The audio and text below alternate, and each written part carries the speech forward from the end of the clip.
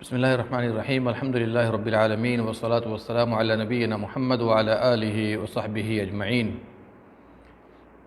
باذن اللہ تعالی آج میں آپ کے سامنے غزوہ احد کے بارے میں گفتگو کرنا چاہتا ہوں۔ اسے سنیے، سمجھیے اور اس کی باریکیوں پر غور کیجیے۔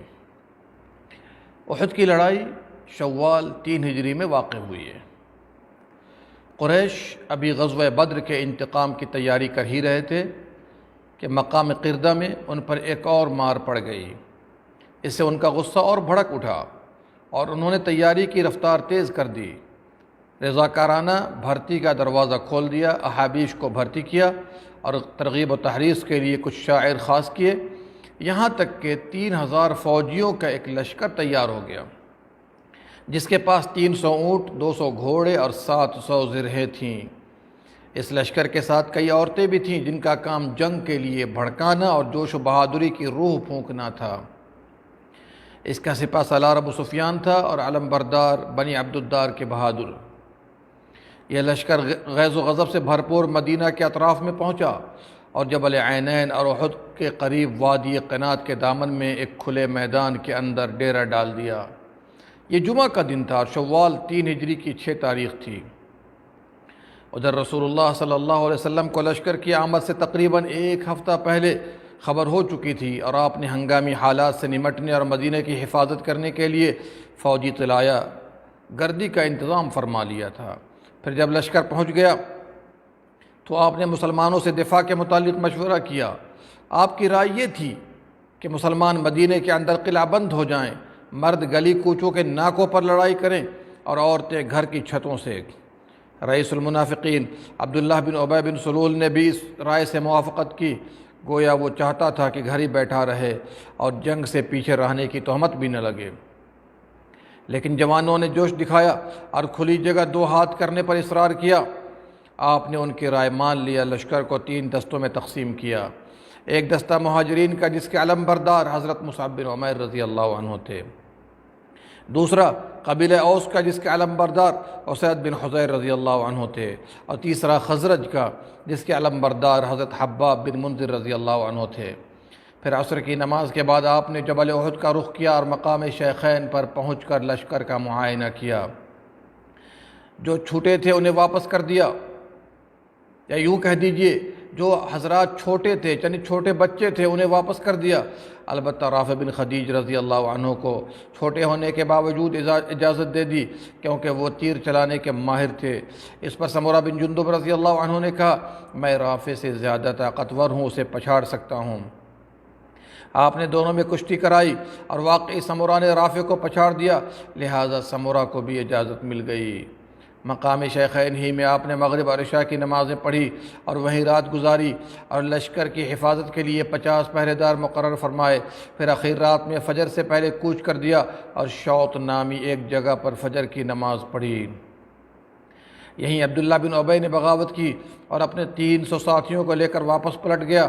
اس کی وجہ سے بنو سلمہ اور بنو حارثہ میں بھی کمزوری کی لہر دوڑ گئی اور قریب تھا کہ یہ دونوں گروہ بھی پلٹ جاتے، لیکن پھر اللہ نے انہیں ثابت قدم رکھا۔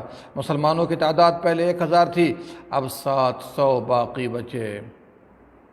اب اسی لشکر کو لے کر رسول اللہ صلی اللہ علیہ وسلم نے دشمن کو مغرب کی سمت چھوڑتے ہوئے ایک مختصر راستے سے احد کی جانب پیش قدمی کی اور احد کی بلندیوں کو پشت کی طرف کرتے ہوئے وادی کے سرے پر واقع احد پہاڑ کی گھاٹی میں نزول فرمایا۔ اس طرح دشمن مسلمانوں اور مدینہ کے درمیان حائل ہو گیا۔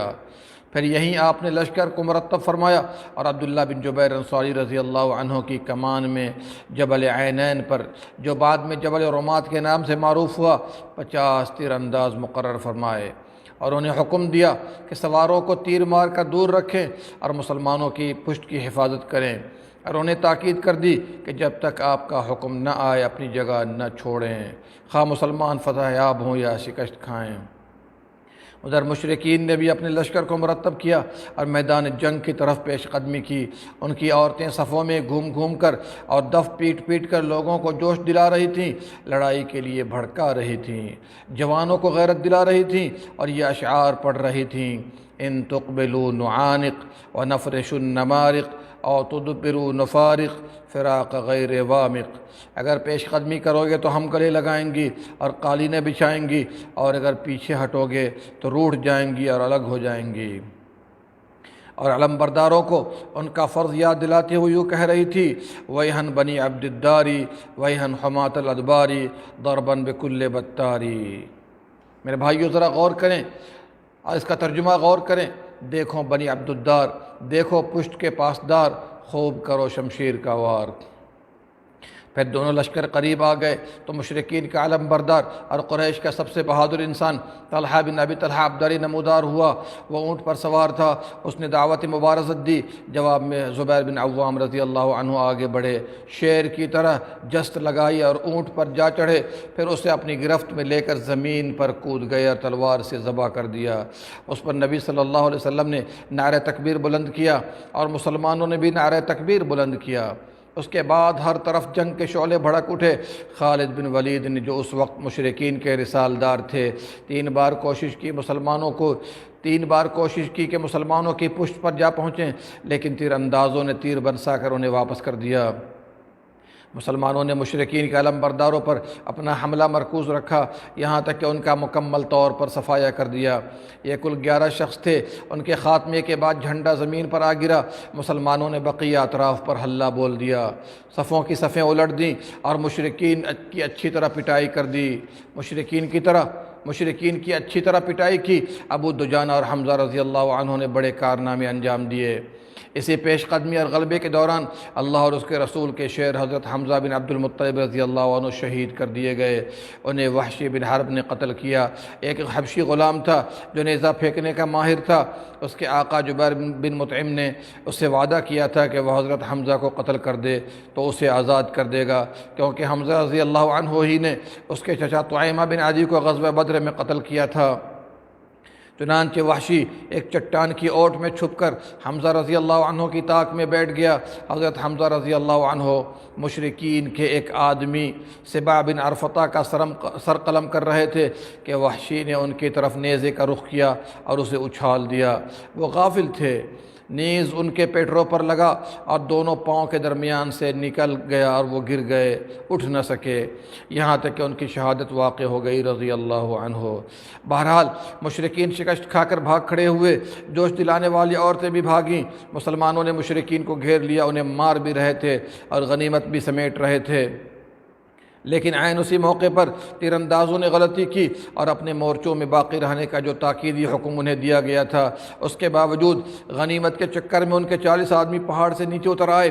خالد بن ولید رضی اللہ عنہ نے اس موقع کو غنیمت جانا اور پہاڑ پر جو 10 آدمی رہ گئے تھے، یعنی اس وقت میں خالد بن ولید مسلمان نہیں ہوئے تھے، ان کا صفایا کر دیا۔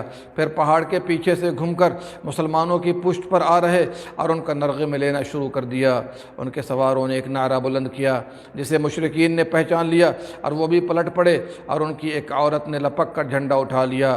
پھر کیا تھا، بکھرے ہوئے مشرکین اس کے گرد سمٹ آئے اور جم گئے، یوں مسلمان چکی کے 2 پارٹوں کے بیچ میں آ گئے۔